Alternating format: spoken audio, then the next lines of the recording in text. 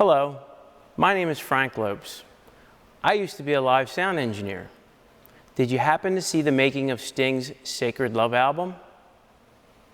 That was me. In 1992, I went to Wilmington, Delaware, to an Irish-Mexican restaurant called Pancho O'Hara's. Don't look for it, it's not there anymore. And that night, I witnessed a band that, for me, redefined the word power pop. I remember being knocked out by the band's exuberance, their raw power, and their punctuality. That band was Delaware's not quite legendary, the Caulfields.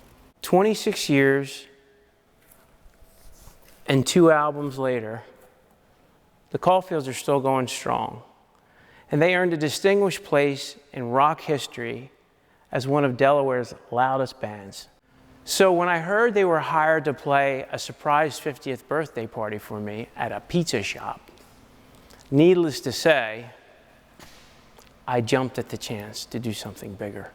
I wanted to capture the sights, the sounds, the smells of an unmotivated rock band, and I got that. But I got more, a lot more. But hey, enough of my yakking. What do you say? Let's boogie.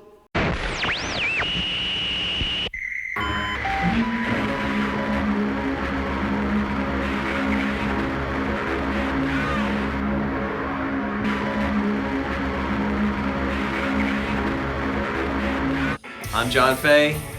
I sing and play guitar. My name is Richie Rubini, and I am the drummer. I play some other things upon occasion. Sam Musumeci. I play bass. I'm Brett Talley. I am the new lead guitarist for the Caulfields. We were going to play a surprise birthday live stream for our friend Frank. Started off as just a small live stream that we were going to do at Sam's house in Delaware. But he ended up finding out it was his 50th birthday party. And my cousin Dominic and Frankie called me on a conference call. Basically, they're like, Sam, you gotta talk to John. I'm like, what? Frankie's like, you gotta talk to John. We can't do it like this. I'm like, do what? He's like, I can't have you play in a goddamn pizza joint. I need a fucking rock show, dude. I need the fucking Caulfields. You gotta talk to them. I'm like, I was like, I don't even know what the fuck you're talking about. You know, Donnie, a couple friends will get pizzeria, private room, drink some beer, watch the Caulfields. In the humblest way, showing gratitude as best I could to my wife, thanking her for doing this. Man, that just wasn't me. I just couldn't watch the Caulfields, the band I started with, on Facebook. Even though that's cool and that's where the world was at that time. About 2 weeks after we booked this thing, I get a call from Frank. And he's like, John, I gotta talk to you about this. By the way, my wife told me everything about the party. It's gonna be great, but when she told me we were gonna be watching it in some kind of pizza parlor, I was like, fuck that! Fuck that! Fuck that! Fuck that fucking pizza parlor shit. We're doing a fucking rock show, and we're doing it in my shop. I need the Caulfields live in person in front of me rocking out. And of course, I became extremely concerned at that point because I was like, Frank, how many people are you going to invite to this party? I mean, it's the middle of a pandemic. You know, reluctantly, very worried about COVID and how many people, and there's a lot of details, but he agreed to it. He was like, you tell me the number. I was like, all right, 30. I think I would feel comfortable with 30. So he was like, done. 30. And they had to stand 50 feet away from us, so it was a bit of a challenge. Yeah. And it had a PA that was like powerful enough to like play to a crowd of like, 8,000 people or more actually. All said and done, Frank gets the Rolling Stones PA from their last tour set up in this gigantic space for us to do a concert. I felt like I was playing Wells Fargo. He told us that it was the Rolling Stones PA from the 90s or something. So it was like this huge behemoth of a sound system. And apparently they don't even use it anymore because it's a dinosaur, because all the PA systems are very small, compact, and digital now. They call them black boxes because it's basically a huge space where touring bands and stuff rehearse for tours and things like that. So it's got full concert lighting and Clare Brothers sound. It's just this amazing, like, huge space. Imagine a big warehouse with, nothing in it but a big stage at one end and huge concert lighting. And I specifically remember walking in to the facility with John, and we both were like, holy shit, this is where we're playing? Well, this is ostentatious. This is much different than Sam's living room in Delaware. We ended up just playing this very kind of like large rock show through this gigantic PA on this gigantic stage in this gigantic warehouse to a crowd of 30 people. You sure you want to do all this work for your birthday party? Like, you're going to be working. I mean, it's a lot of work to put this stuff together, but I'm passionate. I was looking forward. To me, that was a gift to be able to put it together again and do it. I never thought I'd get the opportunity. So we came in the Friday before the show to do a sound check, to load in and make sure everything was right. Ran through a couple songs, and later we were told something's just not right. We're going to call in this guy to come in and tweak the system. He used to do the monitors for the Rolling Stones. And I hate the Rolling Stones. He basically said, I'm calling in some favors from my friends at Clare Brothers, where he used to do sound. Through an ice storm and COVID, drove 2 hours from Lidditz down to get it dialed in for my 50th party. This crazy big stupid rock show that made no sense now has turned into something really wonderful. We were told that he was very adamant that, we all be wearing a mask. He didn't want to be around people. We obliged. He was in and out because if he wasn't out by a certain time, his wife was going to castrate him. If I'm not home in time, my wife is going to rip my balls off, I believe was the quote. I'm so used to being told to turn down and keep the stage volume at a low level. Nah, not at this gig. I was told to turn up at one point, which I couldn't believe. And I think that might have been the first time in Tally history of playing on stage I was told to turn my guitar amp up. And it was great. My wife, it's from her inspiration and her give a shit that thought outside the box that this is something special, that she knows me. I want to do something special. Business is tough sometimes, and finances and running a family and raising kids and blah, blah, blah. And then with one blow of something so kind and one act of love like that can turn things around in such a big way.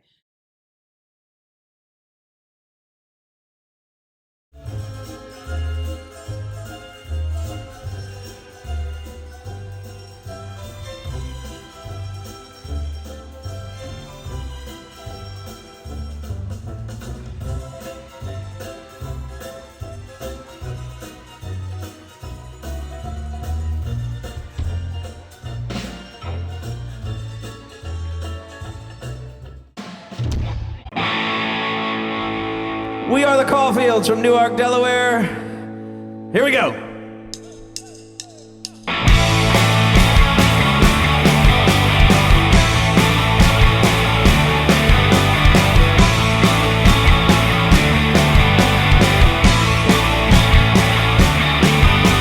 Well, Alex got her name because her father wished her born a son.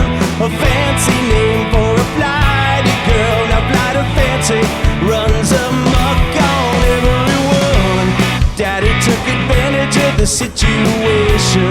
Waited 7 years with great expectations that they had a crown made holder, daily coronation for Alex again.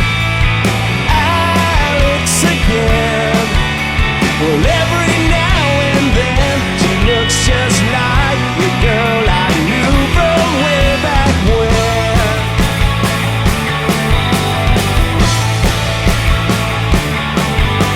Well, Alex likes suits on the men at work who grow facial hair.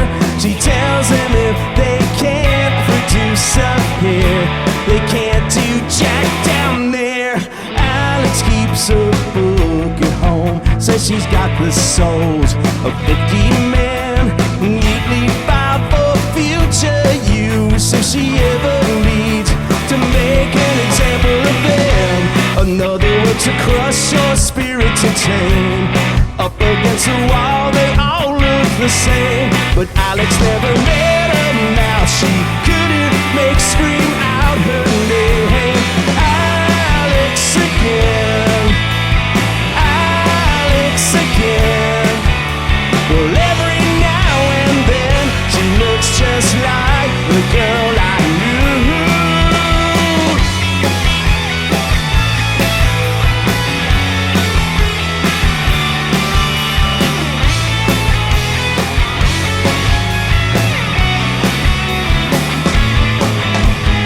Just a few short days ago, Daddy kicked quite short of breath.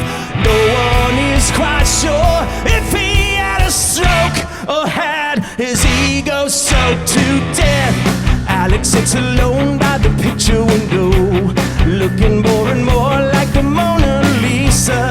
Never gives away everything she might know, but something sure has pleased her.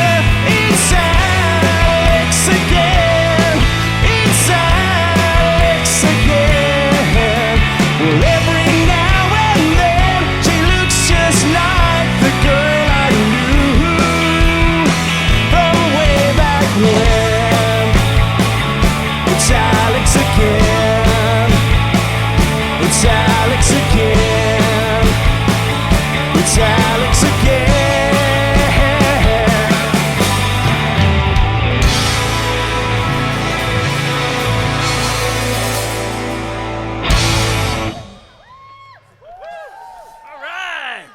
Figure It Out is one of my favorite songs to play live because it's just got a certain heaviness to it that I think the Caulfields kind of like relished when we like landed on a song like that. Because a lot of times, you know, we kind of get thrown in the power pop category. I mean, it's rock, but like Figure It Out is really rock.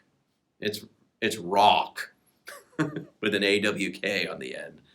And it's just, you know, Sam's riff in that song is just like, you know, to me, it's like one of the best musical moments of the band's history. Super fun. I was listening to a lot of Pixies records, so I was kind of going for that Joey Santiago kind of very, a lot of bar chords, a lot of like riffs in between where the melody would be kind of thing. I had never written a song before, so I borrowed Chris Ryan's 4-track recorder.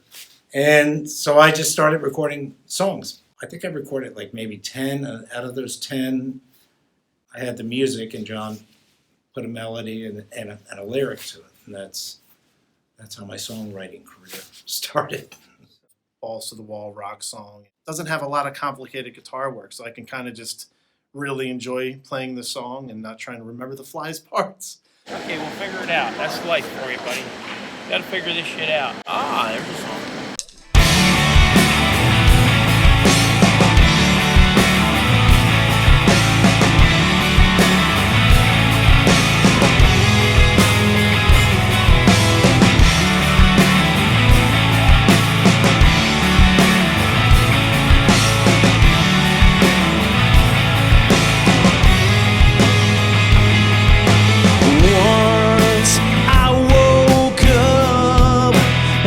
Was good enough, so I tried to make what I couldn't buy.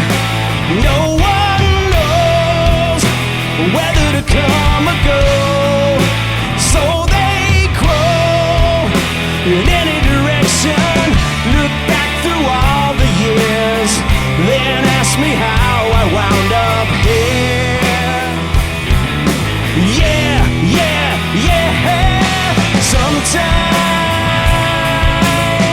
I figure it out again, then something begins to change my mind. So to follow the storyline. Off the track, alone in a paper bag. Show your hands, 'cause nobody understands. You can plan the great imperfection. Just give the world a spin and notify your next of kin. Yeah, yeah, yeah. Sometimes I figure it out again. Then something begins to change my mind. Sometimes I figure it out again. I figure it's always undefined.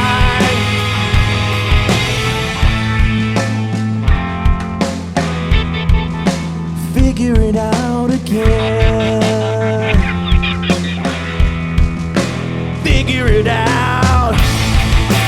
No one knows whether to ever flow, so they grow in every direction. La la la la la la la la la. Yeah, yeah, yeah. Sometimes I figure it out again. Then something begins to change my mind. Sometimes I figure it out and then I figure it's always undefined. Yeah, sometimes, sometimes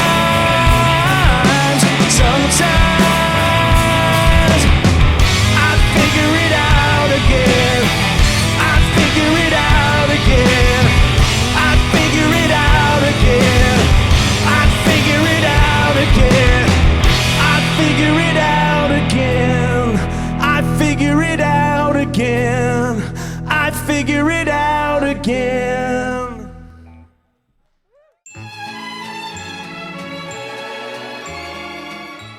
I mean, does anybody even know why he called us in here for this? Because I'm confused. You know, John, Yeah. I don't subscribe to this amateur hour bullshit. And yet, here we are. Subscribe. I'm here with the Caulfields. Am I saying that correctly? No. Yeah, CAWFIEQRS.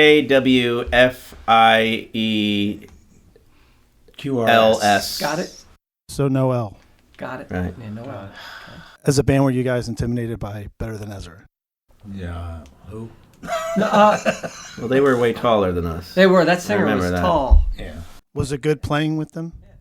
No. We I mean, played we- pool afterwards. Was it good Playing Where was pool. that? playing with them? Where was that, son? I Well, some Detroit? bar. Where was? No, but was that Detroit? Did we play them a couple times? Yeah. Yeah. I think we did, didn't we? College. Was where- it good playing with them? Well, Hold on, my friend. trying to make it Because I'm just drawing my, cause, you know, which was really funny. I mean, we did a this bunch guy. of the radio festivals with Yeah, them. yeah. But there was definitely But that one where it was a college. College thing, yeah. That's yeah. when I really noticed the height. Yeah, the singer was You know. was tall. did you ever share a room with them? No rooms. No. So you wouldn't know if it was good living with them. Uh-oh. No. Yes. You mean You mean like if it was better to live with than Ezra? living with Ezra? And I remember we were all sort of loading in. I always remember Rob Thomas. Did he push you around? No, Mr. He will. Oh, he will. Rob Thomas was it was just like in the afternoon when you're loading in and stuff. Was it 3 a.m.? Two fisting, yes, it was 3 a.m. And he were was two-fisting? two fisting, like two beers. And I thought this guy's gonna blow up like a tick. John, Yeah. what was it like writing Life is a Highway?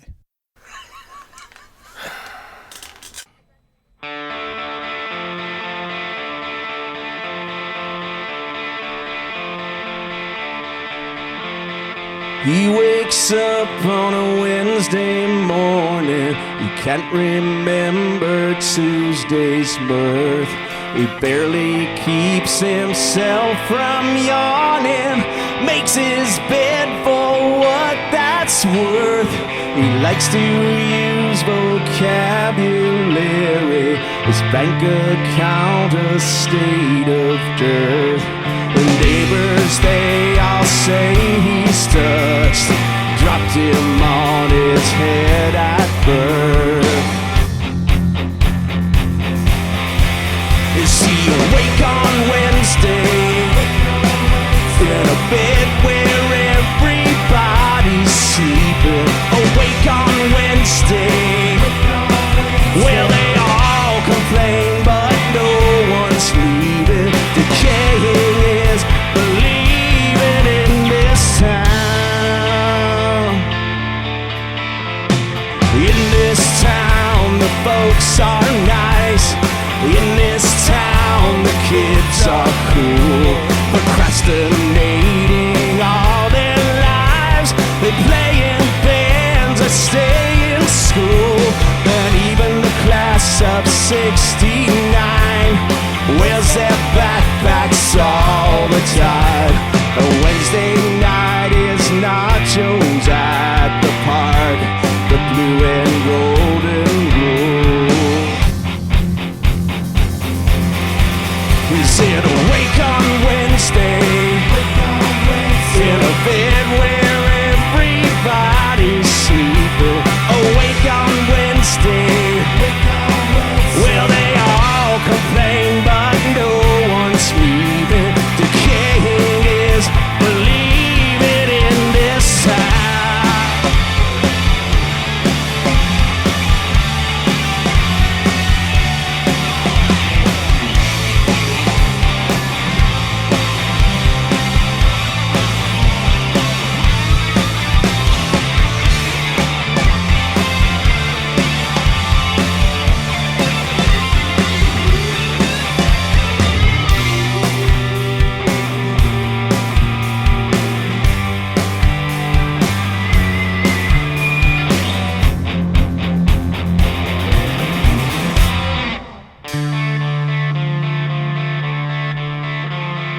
He wakes up on a Wednesday morning, calculates his latest debts.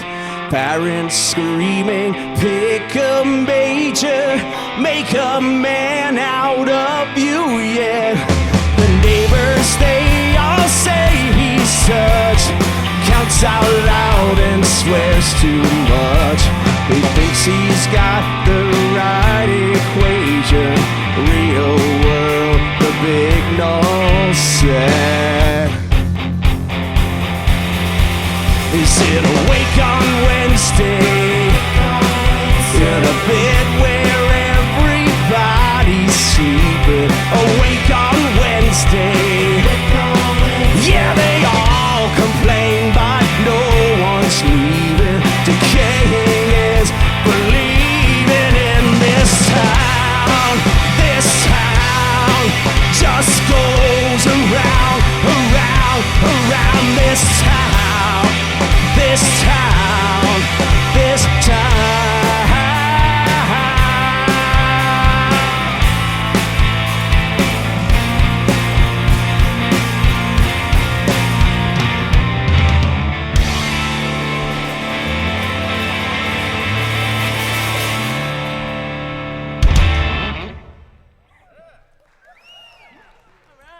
The 26th anniversary of this album just passed. We had a record out called Whirligig in 1995 on the A&M Records label.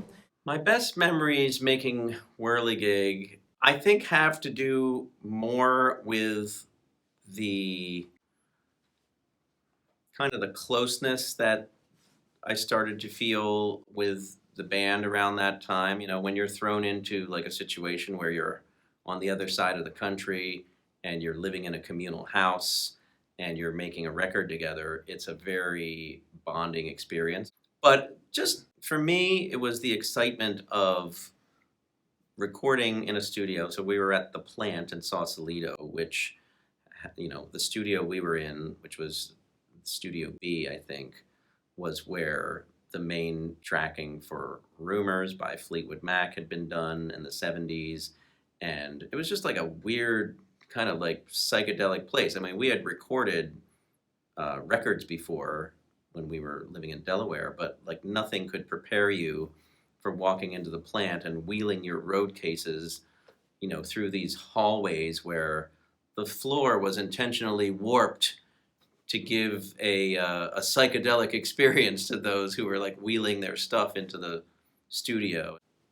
Constantly had to pinch myself because I was like, I can't believe I'm in San Francisco recording a record for a major label.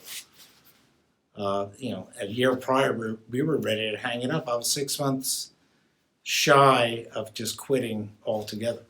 Sly Stone had a lot to do with how it was designed. Just knowing that you're recording in a place with that kind of history is just it's a very surreal, cool feeling. We were working with a producer and an engineer who were really people that had made some pretty notable records. Our producer, Kevin Maloney, had done the first Sinead O'Connor album, and our engineer, Tracy Chisholm, had actually produced the first Belly album, which we were all huge fans of. You couple that with, you know, living in this house together where, you know, it was just kind of like, you know, our tour manager, Tony DeVito, was like making dinner every night. You know, he made this, you know, this garlic bread that had like raw garlic on it and caused horrific gas, but but even that was just another nice little layer to the experience.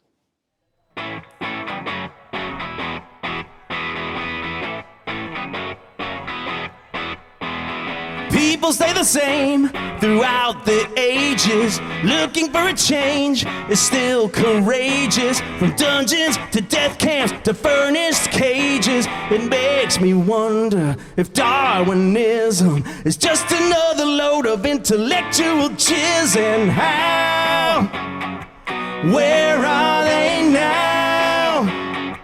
What would they say if we met today? You think they'd get it right somehow? Where are they now? If you really want to own a shotgun, the Constitution says it's your right to bear one. 'Cause if you're in a fight, why make it a fair one? It makes me wonder just why we bother with every little burp from a founding father's mouth. Where are they now? What would they say if we met today? You think they'd take it back somehow? Where are they now? Where are they now?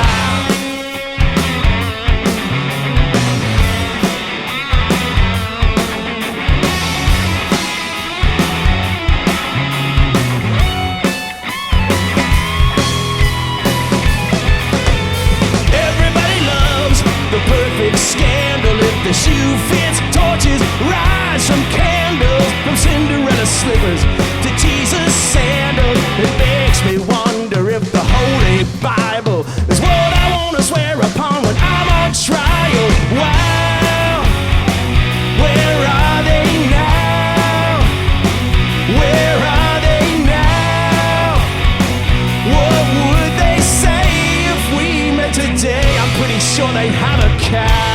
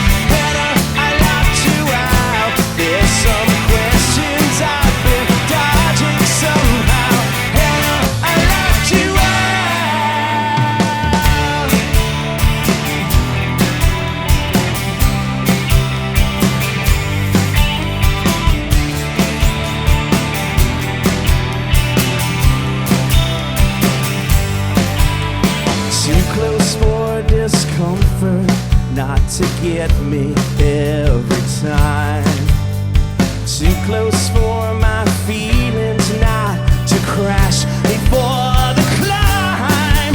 And I'm doing my best not to take your hand and act in a manner resembling a man. But I only wrote these words because they rhyme. Hannah, I locked you out because I can't face this prospect just now. Hannah, I locked you out. There's some questions I've been dodging somehow. Hannah, I locked you out. Hannah, I locked you out.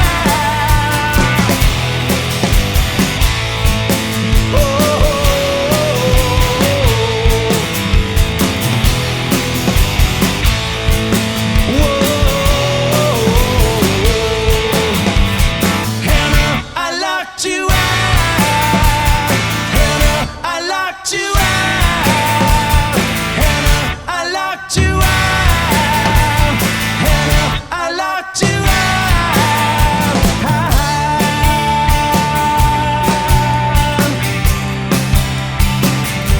Whoa.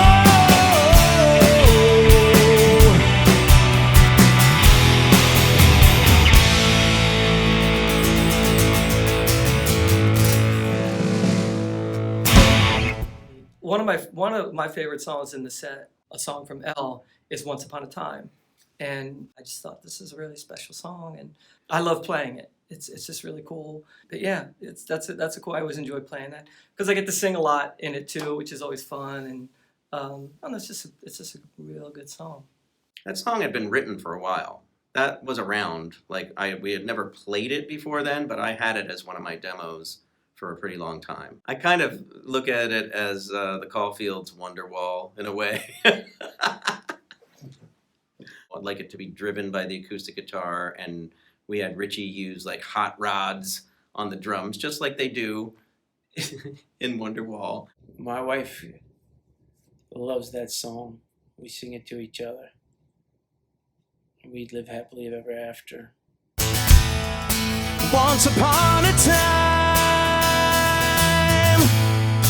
once upon a time, once upon a time.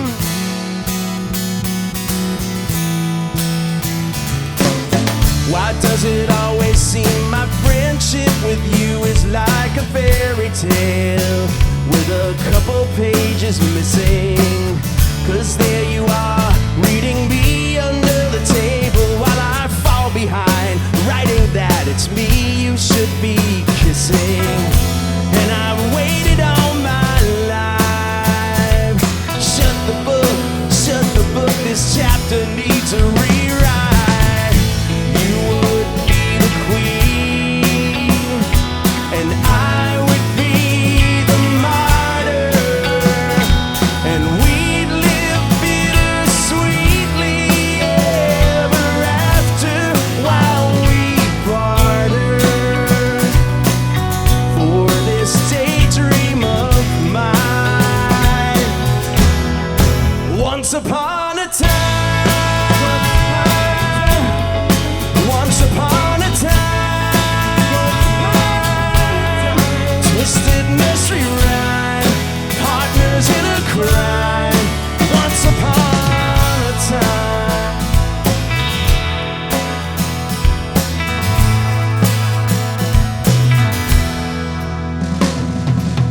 I never really tried to say how I feel, just say never mind, 'cause it doesn't really matter.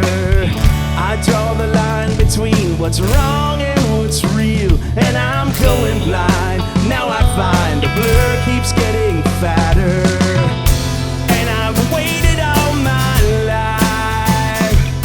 Shut your eyes and think what it would be like. You would be the queen, and I would be the martyr, and we'd live bittersweetly ever after while we parted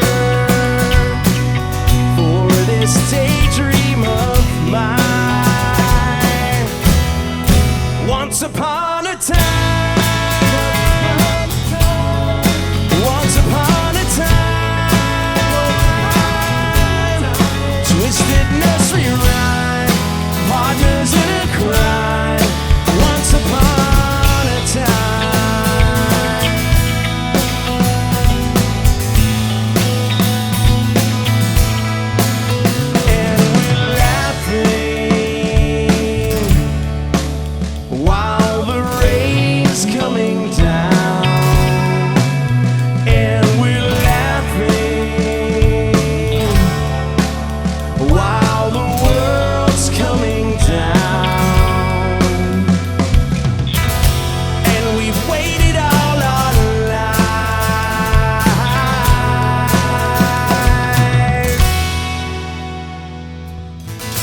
You would be the queen, and I would be the martyr, and we'd live bittersweetly ever after while we barter for this daydream of mine. Once upon a time,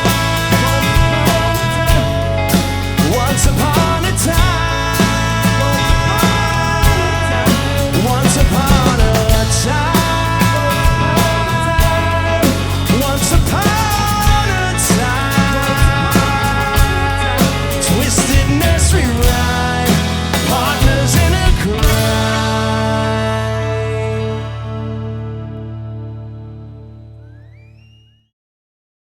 Richie, Yeah. what were your thoughts about having an Asian singer? I never give it any thought. Not one thought. Not one? Not one. I swear to you. Never, ever, even. That's honest. It's God truth. I'm telling you, it was okay. Cool. John, I honestly, that was, You know, Was Richie always bald? no. no. When he was first He born. used to have a tuft. Yeah, tough. Right here. Yes. Dyed red. Yes. Orange. Was Sam always bald? Yes. Down here. Sam, Go on. what did you do? I don't. And I played these guitar riffs on a couple songs. You know, maybe you should show him some of the guitar riffs that you're pretty good at, because these are kind of the foundation of a lot The of. staple. And Like it's anytime we needed a part like that, he was the go-to. and that's not the fly. That's the Green Eyed Lady song. So the lead guitar player you had couldn't play any lead, He is what you're saying.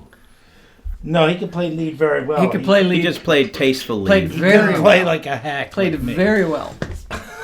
But he couldn't do the He couldn't bendy do. He couldn't. Couldn't do the bendy thing. Or maybe refused He refused. He Yeah. just- to do the rock. Other than that the- was Sam's thing. It's like he was always trying to draw the rock. the rock out of everyone. yes.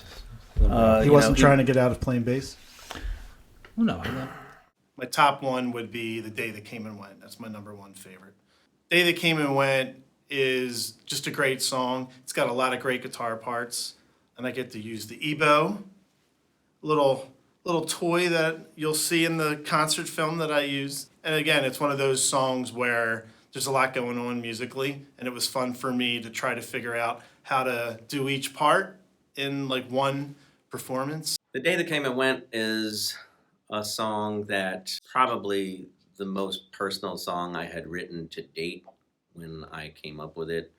It was written sort of as a little bit of a late eulogy for my father who passed away when I was 6. And it was one of those songs that, for me, it was a breakthrough because I felt like I was finally telling it like it is in a song, and I was finally not so worried about being clever and really wearing my heart on my sleeve. I think there's a reason why it's, one of the key tracks on Whirligig. You can just feel that in it.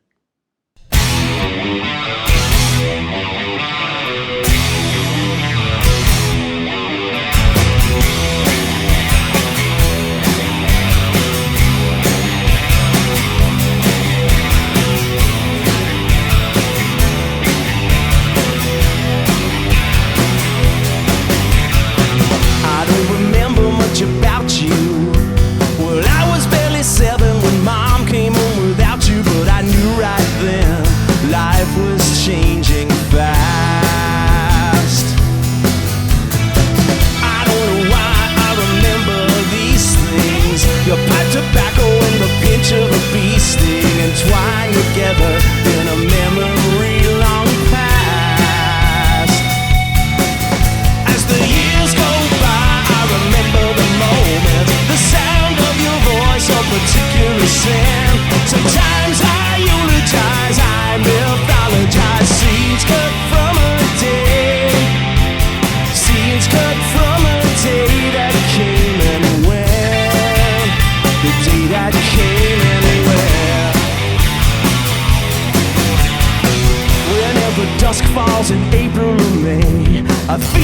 like I'm back in the yard where I played, and it feels like the day I knew you'd gone away.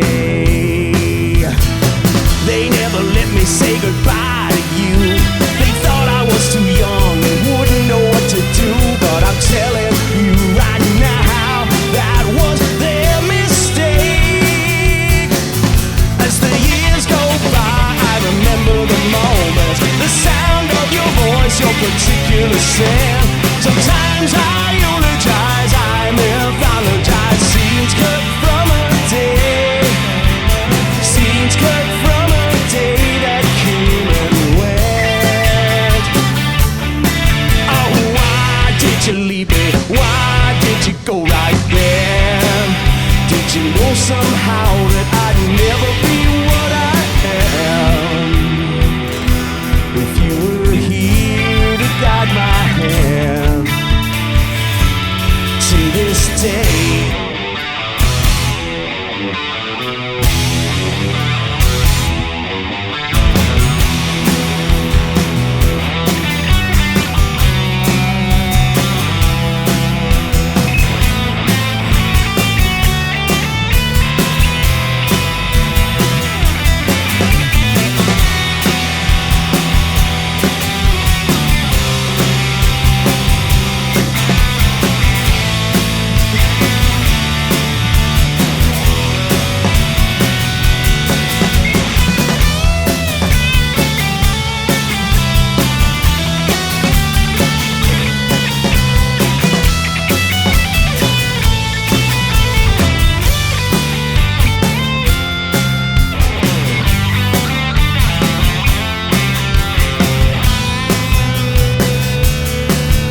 As the years go by, I remember the moments, the sound of your voice, your particular sin. Sometimes I eulogize, I mythologize, scenes cut from a day, scenes cut from a day, scenes cut from a day that came and went, the day that came and went, the day that came and went.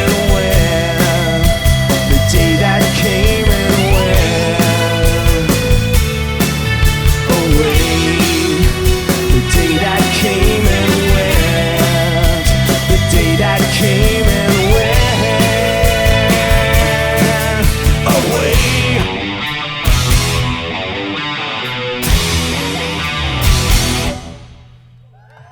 Thank you. Devil's Diary, of course, is the song that is the reason that we're here now having this conversation, because if it wasn't for Devil's Diary, the band never would have been signed to A&M. The Caulfields had been around for maybe like a year and a half under that name, and things were not going well. And we were all kind of like ready to throw in the towel.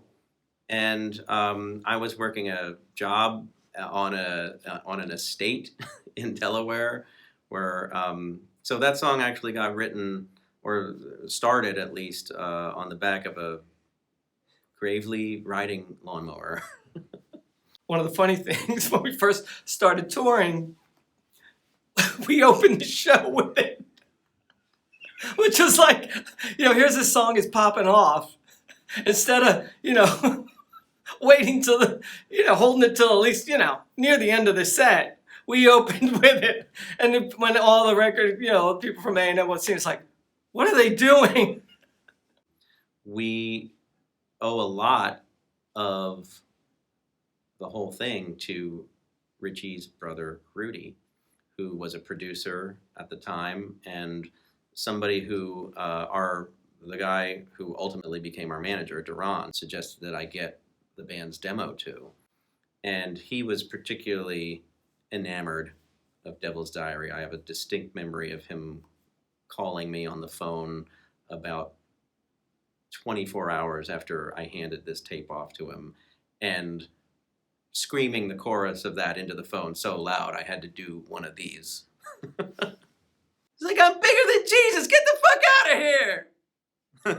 The year is 1995. I'm 15, And I remember specifically driving down Frankfurt Ave in Northeast Philly with my dad, and we had, I believe, Y100 on, and the song Devil's Diary came on. There was this old movie theater on Frankfurt Ave that I used to go to, and right across from it was this coffee house that had live music.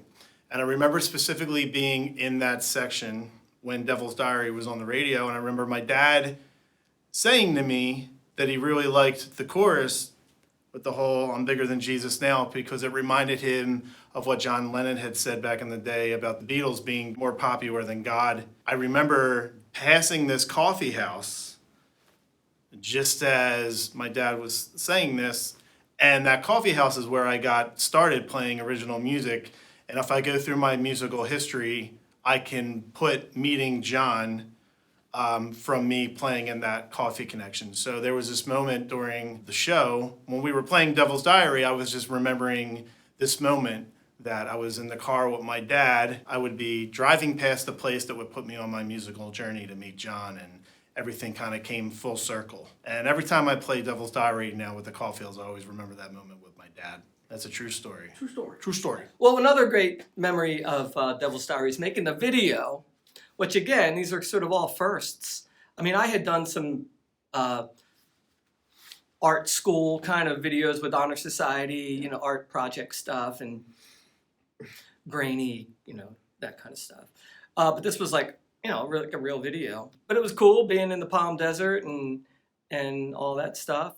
Having said all that about Devil's Diary, the song also gives me the most anxiety because The Fly has this great guitar run that, I can practice all day long, but come showtime, I tend to clam. I was especially nervous for this show because I knew it was being recorded, and I was like, I'm going to shit the bed on this solo. The moment comes, and the Devil's Diary solo is broken down into two sections. This is how I do it. It's broken down into two sections. The first section I have down all the time. I crush it. And then when the second part comes, that's when you see me stand in place. I don't move. And I remember playing Frank's birthday party. I nailed the second half of the solo, and I was so proud, and I needed validation from somebody. And if you watch the film, there's a moment after the solo, I turned to look at Richie just to get an acknowledgement of, and I don't get it. John was singing, Sam was, I didn't get it, but I had it. I had it.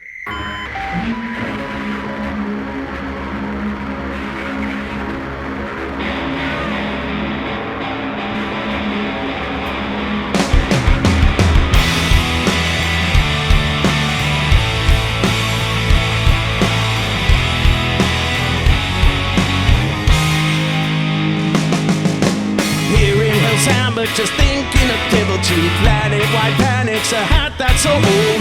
I'd rather write about her in my diary. Could she be mine without selling her soul? Dirty deeds from a demon seed don't excite me anymore. Is there one girl, just one girl who says I'm bigger than Jesus now? And I love her, I'm bigger than Jesus now.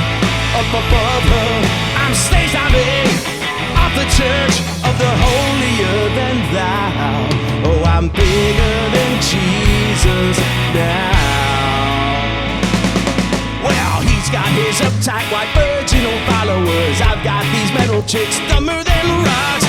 Dated one once, but I hated the music and all her ex-boyfriends were there on the bus. It's never good to be understood by a girl in acid wash. God only knows what it is that I really want. I guess I could ask, but he's not the best confidant. Puts me down in the biblical sense in this basement apartment with hell to pay rent. But there's one girl, just one girl who says I'm bigger than Jesus now. And I love her, I'm bigger than Jesus now. Up above her, I'm stage diving off the church of the holier than thou. I'm bigger than Jesus now. I'm bigger than Jesus now.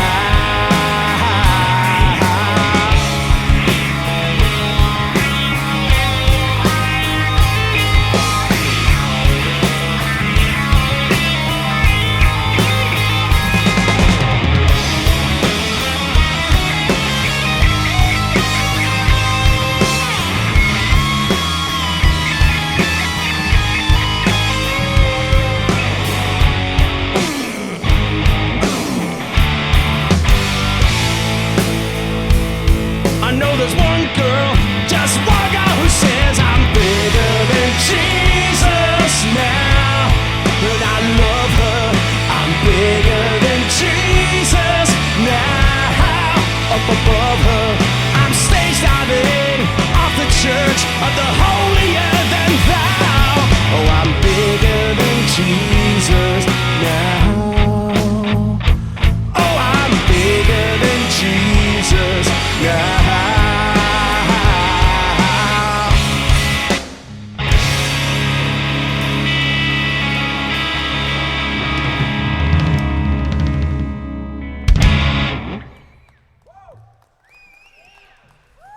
Sam, as a bass player, did you get laid a lot? That's Exactly. yeah. John. Mike was nicknamed The Fly. Was Yeah. there any other nicknames in the Caulfields?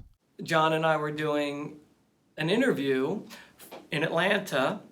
We're sitting at this bar, and it's myself, John, and this kid that's interviewing us. He's talking to John, and he says, "So Jimmy," and I'm like, this guy just called me Jimmy. I was like, just call me Jimmy. I'm like, okay, how am I gonna break it to this guy? My name's not Jimmy. So, from that point on, I have been Jimmy, and I am only referred to as Jimmy. Some people outside the circle call me Jimmy, so I've been Jimmy ever since. Well, there was, for Sam, there was the sick little man. There was Scalacci. Salvatore Scalacci. Scalacci. These weren't really nicknames, but, you know, people would call him, you know, or Hey, asshole. right, or that the a little lot. man is sour. Yeah. Or Tony might say, you know, he would talk into a yak back and go, Sam is a little man, born with his neck packed to ice. which didn't even really make any sense. But that was Tony. Making fun of the fact that I died as a child and was brought back to life. And all they could do was laugh about it. I mean, did you really die? I don't know if a priest says, you'll have another kid, Mrs. Musumeci. Yeah, I'm dead. Yeah, I'm dead. And all you cocksuckers could do is fucking laugh about it. Forget about it. See, this is what it was like for me, Brett. Is it Brett? Brad. Brad. It's Brad. Brad. Brad Taylor. Brad. It was like me and, you know, being in a band with a couple of, you know, fucking Goombas, you know, to either side of me. Yeah. You know, every 5 minutes it was like,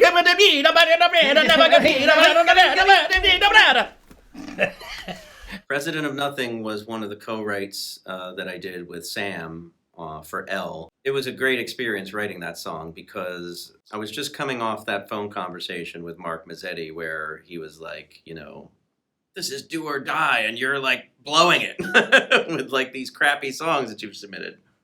I think that conversation like subconsciously like played into the lyrics of the song. You know, it's like I felt like I was like some sort of slacker or something, you know, after being like talked to in that way. Sam had actually written an entire song. Like he had words and melody to that song, but convinced him to let me take a shot at writing the words and the melody. And I think that to me, it's like the perfect collaboration because like the music is great. And I think that the music and the words together, I mean, they just make a lot of sense to me.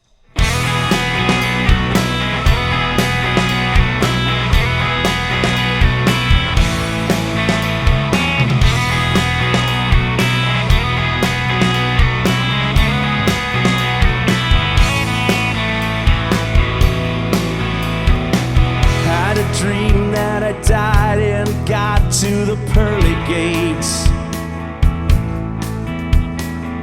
You were there and you told me to show you my resume. It's not enough to not have killed, it's more about the hours Bill will wake me when it's over.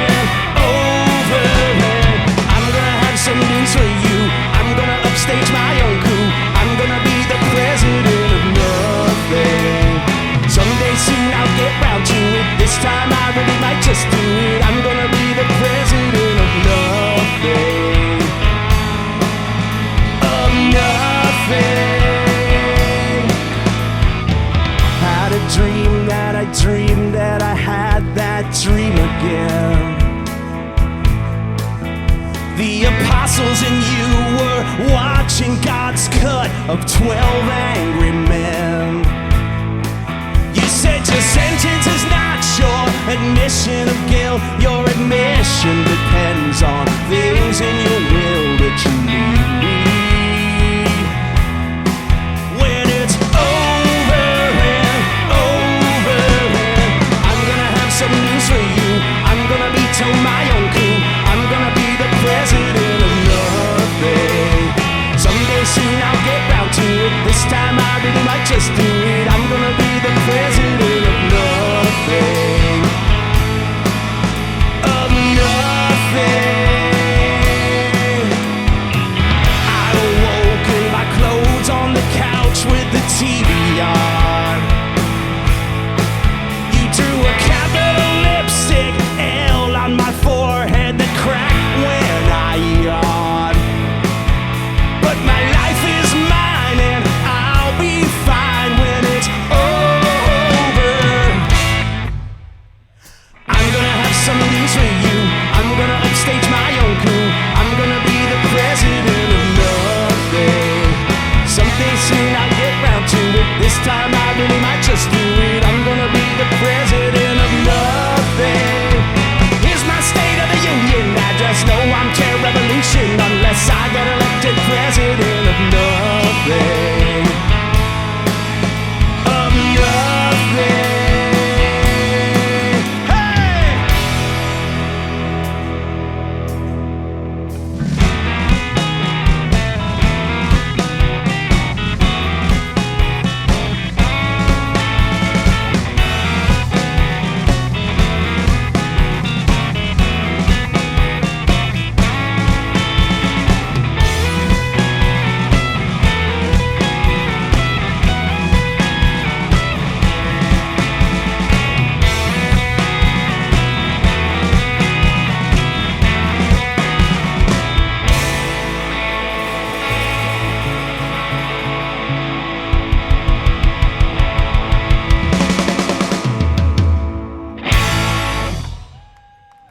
Thank you very much. It was a little stressful for me, initially because again, I came in after the record was done, and I hadn't toured like that before. The whole being in the van and 3 other guys that I sort of was getting to know, and it was a blast. We had a great time. It was very exciting. It was tiring, very tiring, and very boring. It's a lot of times because you spend 90% of your time riding in a van, sitting around, setting up, sound checking, and then waiting to play. Tour managers were kind of changing, and there was a little dynamics going on, and because when you're on the road, it's your world. That is your own little world, and so there's a lot of dynamics at work. It was great. It was really cool, and we all got along very well. And You're lying. What I remember is every day somebody got picked on in the band. One guy would take all the shit and everyone would shovel it out. So we pretty much kept ourselves entertained that way. After a few months, we were a pretty tight unit. I think it was. You're a good fucking band. Yeah, really, really good band. It was the day before we were supposed to play in New Orleans for a radio festival, and our manager Duran thought it would be a good idea to book us an extra show in Slidell, which is east New Orleans. Yeah. And Tony, our tour manager, there was that Elvis impersonator costume. Yeah, there was an Elvis Presley a jumpsuit that Tony put on. And as soon as he puts it on, this guy who's like the manager of the club knocks on the door and he says, "Hey guys, can I have a minute? David Duke is here and he would like to speak with you." Meet you guys. Yeah. It was just really weird. Maybe he just wanted our autograph. Okay. He may have said that. He may have. I mean, maybe it was kind of a reverse kind of thing. Maybe because he didn't like Devil's Diary or something. Maybe it kind of Well, that was my initial thinking. When I hear David Duke is here to see me, I don't have a good feeling about it. None of us had a good feeling about that. Yeah, we didn't want. We were like, we're not taking a picture with this guy. Well, we were refusing. We did autograph a CD for him. Yeah, but I think we did end up taking a picture. I think Duran interceded with us and said, "Come on, guys, let's do this." And I think because I remember we were in the back of a club. You got the beer kegs and. Whatever. Remember? I remember right, that. It was the office. The office. The dressing room was the office. Yeah, it was the office. So, and it was very David, I remember. I think there's somewhere out there on this planet. There's a picture of us with him. I don't think we took a picture. I think we did. I remember signing the CD for the daughter. For his daughter. Right. We spent the day just talking, consumed by small town wanderlust. You know, it got me thinking. There's so few people I can trust. When you say I have been naive, the one day everybody leaves. Well, now I've got some last requests. I just wanna pull your rickshaw all around the town. I just wanna sit with you and never make a sound. I just wanna wear your ripped up hand-me-downs. You left your mark on me and now you're leaving. You don't get any younger, now I suppose that no one does. We say we like the thunder, but lightning strikes and we just cuss. Where do you go to such a fear? You say anywhere but here, but I think you should know by now. I just wanna pull your rickshaw all around the town. I just wanna take your picture, spinning round and round. I just wanna wear your ripped up hand-me-down. You left your mark on me and now you're leaving. Well, I can't tell you not to leave. All of the tricks hit up your sleeve. You never meant to show me. I never meant to know you well. I'll take you in for show and tell them all.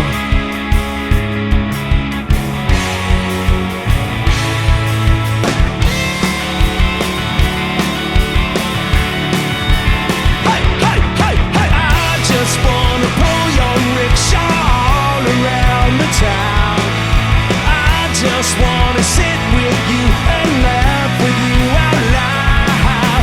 I just wanna wear your ripped up hand-me-downs. You left your mark on me. You left your mark on me. You left your mark on me, and now you're leaving. Hey!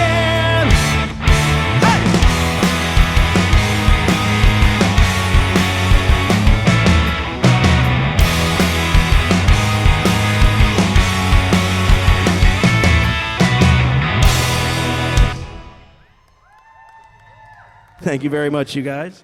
We play this Zephyr Fest, which is it was definitely the biggest radio festival we had ever done. It was estimated crowds of 20,000 people in this large park. And it was notable for the fact that in the middle of the set, somebody in the crowd threw a full water bottle at my head. And I managed to, it was kind of like coming at me in slow motion or something, because I saw it coming from the middle of the crowd and coming towards me. And I was playing guitar and I lifted my hand up in the middle of the song and caught the water bottle. What would be a smart thing to do? Maybe take a sip out of it or just sort of drop it away and don't say anything more. But no, not me. I decide to fling the water bottle back out into the crowd and say, "You're gonna have to do a lot better than that, motherfuckers!" And the next thing you know, there's hundreds of water bottles flying at the stage, all around me. Every member of the band is in danger of getting hit by a water bottle. And so we were so lucky because our manager, Duran Siegel, was there with us. Duran he's got this protective instinct about him. He just like ran to the front of the stage. So he's standing in front of my monitor on the lip of the stage, and he's literally deflecting water bottles like gang, gang, gang, gang, gang, gang, gang, gang. I. And I'll tell you something, not one fucking bottle like made it past him. Like nothing touched me the rest of the set. And then we played I think we played the Captain and Tennille cover as our last song, and I said something like, all right, you assholes, that's all we got, we're the Caulfields, or something like that. And I don't know, like, I think in the 90s, like, audiences liked to be abused in some way, verbally. So people loved it. Like, you call them assholes, you tell them they're a bunch of, fuckwads, it doesn't matter. And, we left the stage and a bit of a state of triumph in spite of everything that happened. And then to top it all off, this guy we knew from the radio station, this guy named Mitch, decides to take a flying stage dive off of the stage as we're kind of like walking off. The crowd just parted. And Mitch just like belly flops onto the ground. It's sort of like tied up the experience of being in the Caulfields, like pretty tidily, like that 1-2 day period. You meet David Duke, you play this huge show, you get shit thrown at you, you curse out the crowd, and then your manager comes up and, acts like fucking, Bernie Perrant in front of you. And then some guy stage dives off the stage and like parts the Red Sea. And we were like, okay, this is what it is to be in this band. We did a bunch of radio festivals, and they would pack them with bands like us that were up and coming that had a hit on the radio.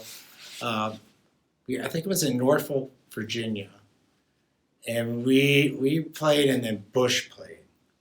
And after they finished, they're standing. They had like this plastic fence up where the audience could run up and you could sign autographs.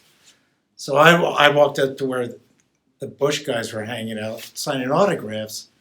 They thought I was in Bush, and I said, thanks.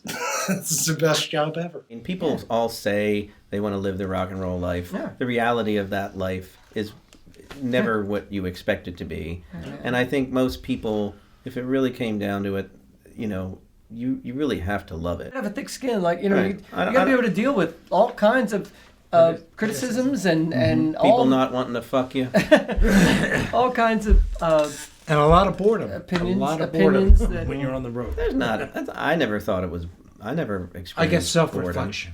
Right. A lot of time. A lot of time to think. To oneself to contemplate, but that's not. I don't equate that with boredom necessarily. We were in Australia. We were playing a theater, drum riser, whole deal, concert lighting, all that business. And so I'm playing, rocking out, playing. And all of a sudden, like, I can feel like my stick is sticking to my hand. I'm like, what the hell is that, And I look down, and my snare drum is bloody and got blood splatters on it.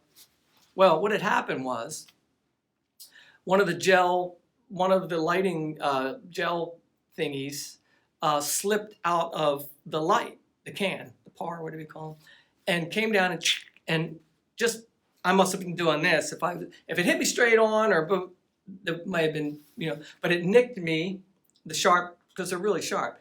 And John happened to turn around and looked at me and was like, oh, because I looked like, it was like Carrie, I was like, at the end of the prom.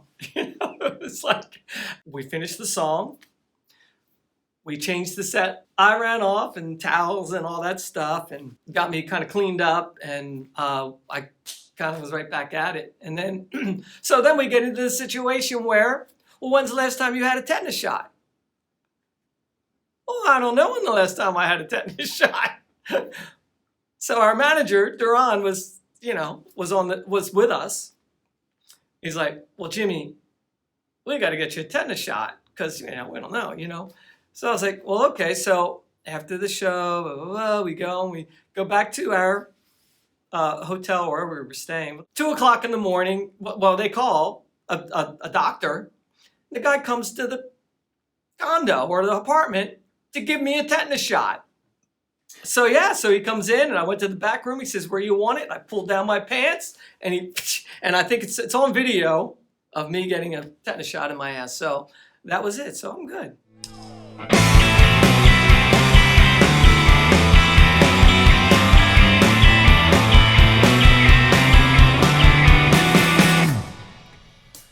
The girl downstairs has no last name. She calls herself Asian X. Is she pretentious? Or is she just cryptic? Or is she on the run from the IRS? At night I feel the surges and my sinking ship submerges. There's a tidal wave of urges to get away. So dive right down. There is no net, but anything you want, you just might get. Just beware of those emotional wrecks in the underwater world of Asia X.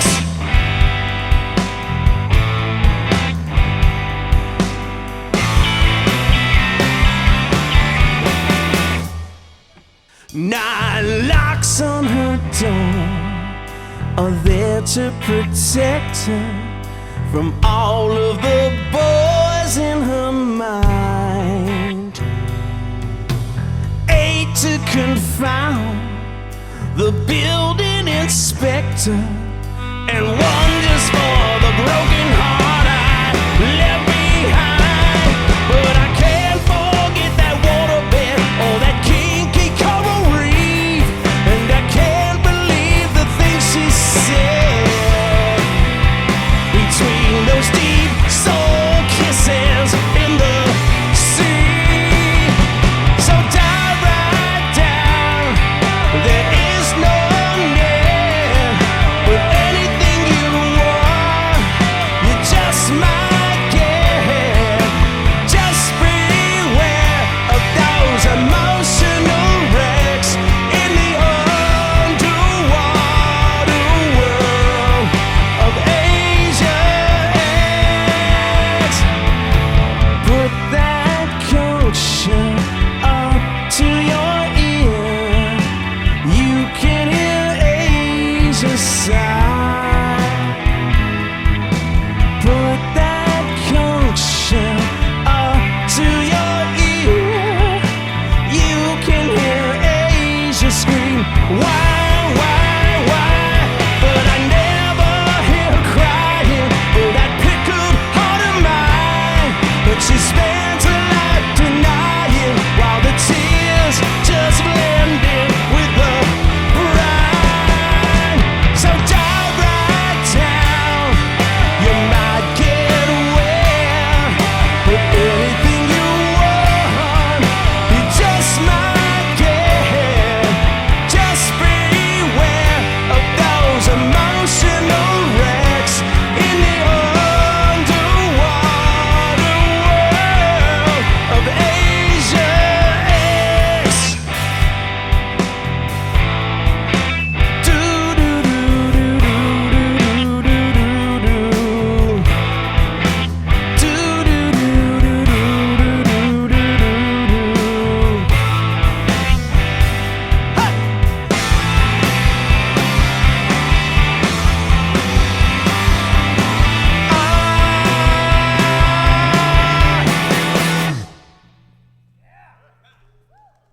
After playing a bunch of live streams during quarantine and playing a massive rock show in a huge place for a very small amount of people, it was very surreal. But I actually loved it. I mean, there's nothing that compares to having that kind of volume coming back at you from a monitor and feeling you know, the very heavy kick drum of Richie Rubini behind you, kind of like kicking you in the ass the whole time. That's what I enjoy the most. I relish the moments in a live electric show when the Caulfields are playing, where it's a guitar solo or somewhere where I don't have to sing, and I can turn around and like almost like put my head underneath the ride cymbal and just like let the volume just wash over me. That's one of the things I love the most about playing in this band. When we were playing them when we were touring, they become autopilot and kind of just blah, blah, blah, blah. Now I got to think about them a little bit more since we don't play them very often. So, you know, it's like you're more sort of like alert about parts and stuff. Some people could kind of like that. Me, I like to have stuff really kind of sort of really prepared, and yeah, you know, just kind of you really get into that thing. I was like touring because I played in bands, played with artists after the Caulfields when I was touring and all over the place, and it always seemed like, you know, after the first week or so, everything just kind of starts to, everybody's got all the guitar players got their sound, everybody's got their stuff dialed in. You start to, you know what your sound is going to be. Just the first week, everybody's tweaking their stuff, you know, and then by the end of that first week, second week, everything just starts to just, yeah, man. Then it's like every night is the same. I like that. I like every night to be the same. So now I just got to think a little bit more about the songs. I think Richie said it best. It's like back in the '90s, we were out on the road so long that they became like second nature. For me personally, it's remembering the parts, and especially for the second album, because we never really got a chance to tour that record and really settle in on those songs. So we're still working those out, in my opinion, as far as the live show goes. I know these guys said that, you know, like the difference between playing the songs in the 90s and playing them now is that, you know, you kind of have to think a little more about them and that kind of thing. I think for me, the experience is a little different because I feel like I'm a much better musician now than I was in the 90s. And I actually, I feel like I slip into these songs much more comfortably now than I did then. So why did you decide to join this band? Like, why would you do that? Were you forced into this? Did you owe me money or something? Or whatever possessed you? You called and asked me, Oh. and I said, sure. I love you guys. Have you had Regrets? Is it fun? You have a few? It's been great. Yeah. Lots of fun. Good time? Good to get to know you all. I've nailed all the Fly's parts. That's right. You have. And some of them are challenging. Hey, he plays all the Fly's parts! There was this great moment at Frank's birthday party when I was off stage.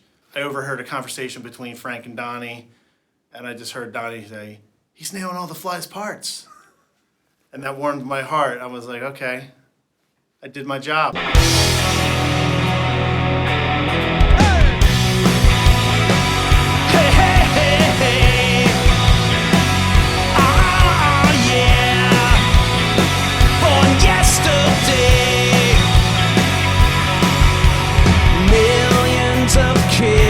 In the same birthday boat, thrown overboard. Some will sink, some will float.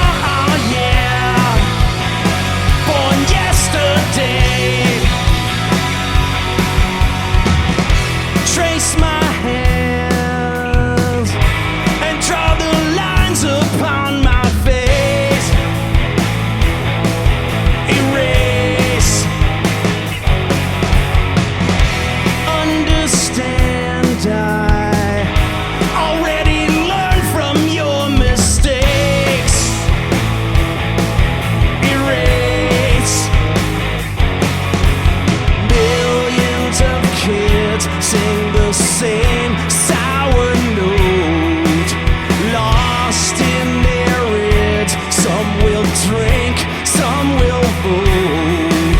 If you let them harmonize, will the birthday boat capsize? Nothing's mine to give away. I was not born yesterday.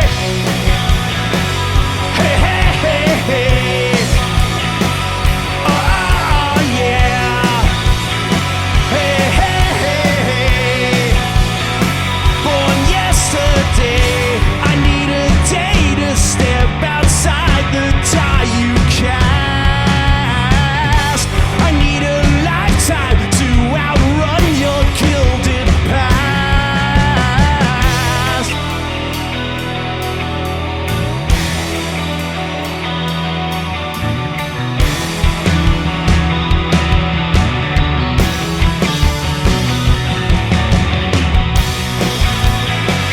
Hey, hey, hey, hey. Oh, yeah.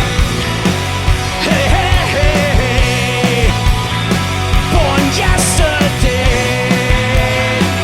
Hey, hey, hey, hey. Born yesterday.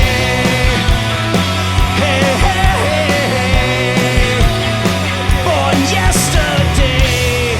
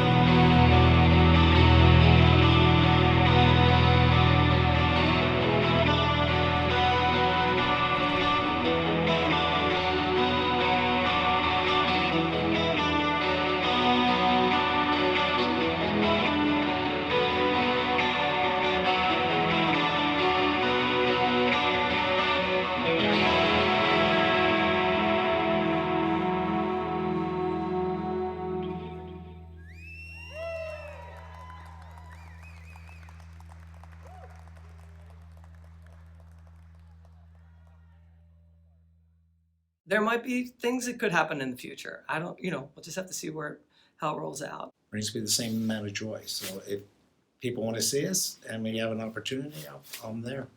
You know, I'm just so used to playing with John now. I've been playing with him since 2006, 2007.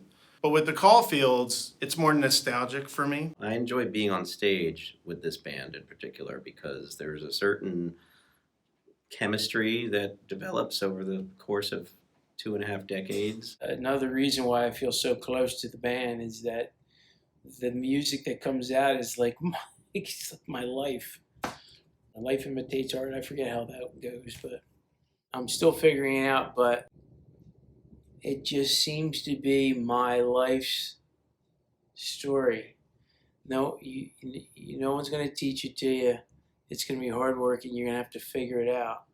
And when you do, it's almost like a revelation. And I figured it out again.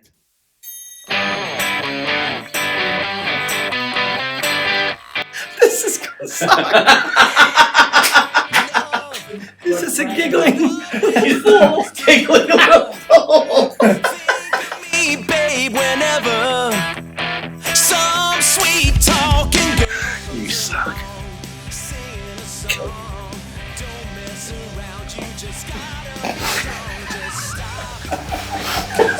Really love you. Stop. I've been thinking of you. Stop using the big words, damn it.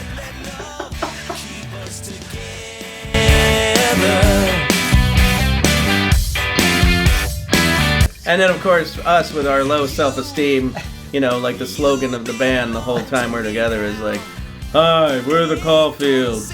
Nobody wants to fuck us. Those girls start hanging around, talking me down. So I remember very distinctly, like we were at some kind of like pit stop, and Tony was sitting shirtless in the front seat of the van, and he's like sitting there completely like stoned out of his mind, no shirt. He's like, you know, buddy, my nipples are always hard. Someday your looks will be gone. When the others turn you off, who'll be turning you on? The line is. Be there to share forever. Love will keep. I used to be a live sound engineer. Start again. But love is pretend. I need you now and I No, I'm love you. Stop. I've been thinking of you. I mean it. Whatever. I will. That's not gonna work.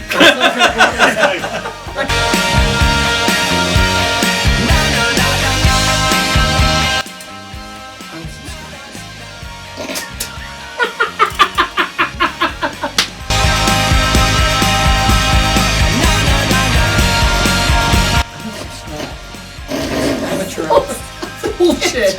I can't. I'm telling you. This is the whispering.